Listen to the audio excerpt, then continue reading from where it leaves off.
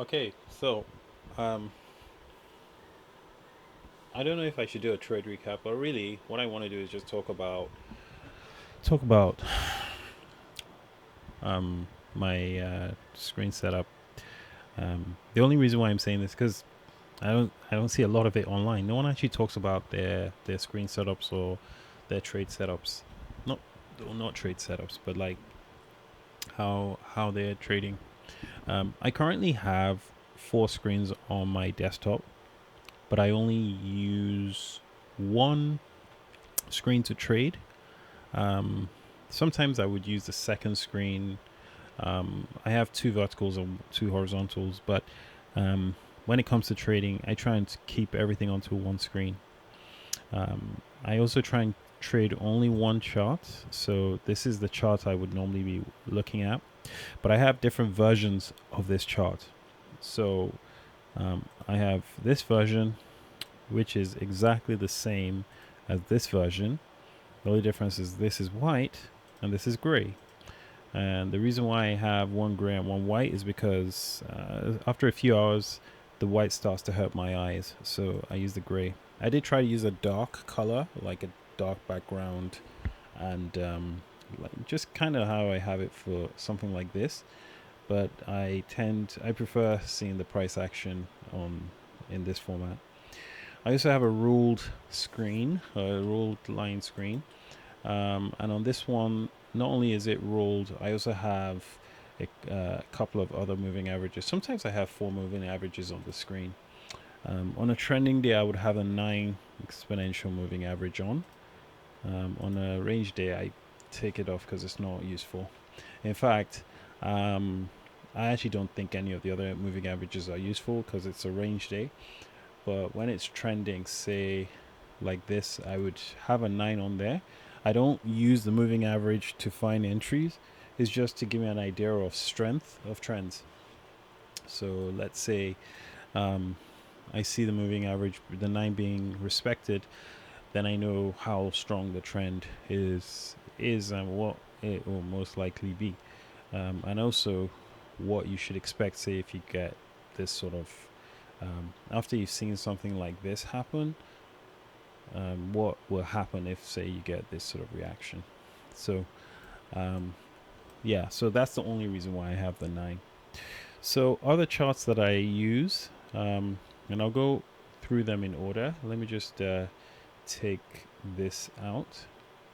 I'm really just trying to put a bit more, I guess, content on YouTube, um, because I learned a lot of my trading from YouTube. Not everything. I mean, there is a lot of free stuff on YouTube that is useful, but there's also a lot of rubbish out there. All right, so I have a mirror chart. Essentially, that's the same as this chart, just flipped upside down. So sometimes, if I am very used to seeing, I mean, I'll give an example, like this day, for instance, right, which was this day. So let's say, for instance, I'm going to pull the chart like this. I'm looking at the chart like this, and then it starts to do this. Maybe I'm so used to trading a lot of bull trends, and I'm not really sure how to trade this. I would come and look at it from this perspective. In fact, this chart really helped me out when I was looking at. Let me look for, yeah, this day. So um, on, and that's the strange thing about it. The perspective changes based on how the day looks. So yeah, this day. So I'm so used to seeing the price gap down like this, do this, and then this looks like an exhaustive sell climax. Of course, it's not the case because you think about it, look to the left, you don't actually have any support, nothing here, so this is probably going to be a trend. But at the time, I thought it might be an exhaustive sell climax because of how strong this was, and we could probably reverse. But then when I looked at this chart, I thought, oh no, this is a breakout. And if this is a bull breakout and we pull back, I'm sure we're going to test this high and we're probably going to trend. Just by looking at this and this are very much the same thing. But I'm just used to seeing this happen in bull days. I haven't seen it happen on bear days. So when I saw that and I saw this chart, it helps. So that's why I like looking at that. The next chart I have is, and electronic trading hours chart of the let me just get rid of some of these things of the 4-hour time frame, and it includes the overnight session, electronic trading hours, and the day session as well. I like looking at this just purely from the perspective of seeing what the high time frame move is. So seeing this wedge form over here knows that I'm going to get 2 legs back to a moving average here, especially when you see this so strong and then you see a second leg, you know this is probably going to be a wedge. I have a 15-minute regular trading hours chart, so I use that as well. I don't look at it very often. I just peek at it maybe once in a while. So for instance, now like today, seeing this price action, I think I looked at it just before this bar printed. And you can tell that you've got 2 very strong bear bars here, very weak bull bars, so you're probably going to get follow through. So looking at that just kind of helps you gauge what will happen on the 5-minute time frame. Then I look at the 1 hour sometimes. 1 hour just also for the moving average, how extended we are from that moving average, and an extension from the moving average is really important when we start to create overlapping bars. So if you're seeing a lot of overlapping bars, you know you're probably going to do 2 legs back to the moving average before you continue down. So seeing that plus the climax, then you see this and you're thinking, oh, this looks great. Like this looked like a very strong bull trend on the day. But there's also the fact that it looks like a climax.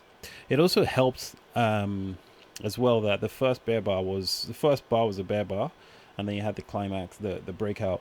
So you kind of think that, well, this is probably going to be tested, and therefore seeing this drop is not a surprise on this time frame. On the 5-minute, you're not going to see that at all. Then I have a daily ETH chart. I only have this for like 30 days, not 30, 300 days. I don't think I need that much. But I'm more interested in what is happening here and also what's happening here. It says that I want to see what's going on here. I want to see the levels. Just take this out. Don't need that. I'm more interested in saying, okay, we have a test. Oh, wow, we've already gotten here. This level first was the first. This was first, obviously. That level, this level, and possibly this level. So these are just things that I'm interested in on the daily. Gap here also might be of interest. That could be a magnet. I look at the weekly as well. So on Friday would be a really good time to look at the weekly, and also Monday because the chart closes on Friday and opens on Monday. We've looked at this. I also have another ETH chart of the 15-minute time frame, just to kind of give me an idea of what to expect the day session to be like. If I'm not very clear, this has a lot of information, as you can see, lots of bars in the overnight session. I would use a tick chart. So this is a 6,000 tick chart for the MES. The price action here gives me an idea of what to expect today. So for instance, today I took a short just before the open based on this wedge and this double top. On tick, it's really easy to see the patterns quite clearly. I also have a 20,000 tick just to kind of get a good sense of bigger picture, and 100,000 just to see things even more closely, so I can tell or get a sense of who's winning. The fact that we even have a gap here tells me we're probably going to go lower, and so on and so forth. I have a daily regular trading hours chart where I see the bars on the daily sessions. I never really understood the reasons why this chart was important until I realized that if you think about JIT, this is what you trade. You trade the regular trading hours. So why wouldn't this chart be important?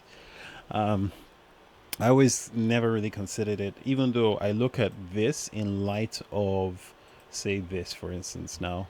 But I'm coming to understand that this chart is very important, the regular trading hours. So I always mark the highs, I mark levels like this, or even the lows, and I use those for trading. some tips I always look out for now whenever I'm trading is um, essentially the gaps that happen whenever we open up the gap.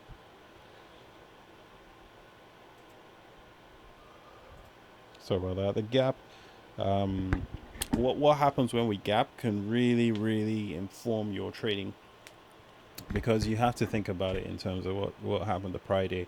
When I started trading, I had no idea how to trade the session. I used all sorts of methods brought about by other people, um, things like supply and demand zones and things like that. I had no idea how to actually trade or how to find levels or how to take entries. It was not until I started using the Brooks price action that things started to make sense. So the swings that happen every single day and how they happen affect the next day and how you trade the next day. Otherwise, when you find you've gapped, and also depending on how you've gapped, if you gapped down below some or above something like this, so for instance, now we have a nice wedge pattern here and we have this huge gap, you kind of know that we're in a trend. Over here, we're not doing the same sort of thing. We have a big up and a big down, so this would lead to a trading range. And then we have this price oscillating around this area. So one has to wonder whether we're trying to go higher. I I mean, one can have a bias. Looking at it, you can see we've done, two legs down, two legs up. I actually thought we're going to go up, but now we're doing two legs down again. And this is one leg pull back, second leg. So maybe this is a bull trap, and we are forming a second leg down. What this looks like to me is an exhaustive sell climax and a possible double bottom. So maybe we might go higher and see what happens. Want to see what's up here. We do have the FOMC report on Wednesday, so therefore there is a chance that we may just keep trading in this range before we break out eventually. All right, so that is my setup. Today was a pretty good day. Taking a short hair, and then just kind of, I was away for most of this. Took another short hair. I considered going long hair, but I don't know. I had a lot of hesitation about the signal bar, and I think I was also exhausted. If you notice, the signal bar is a bit of a doji, so I just had no conviction.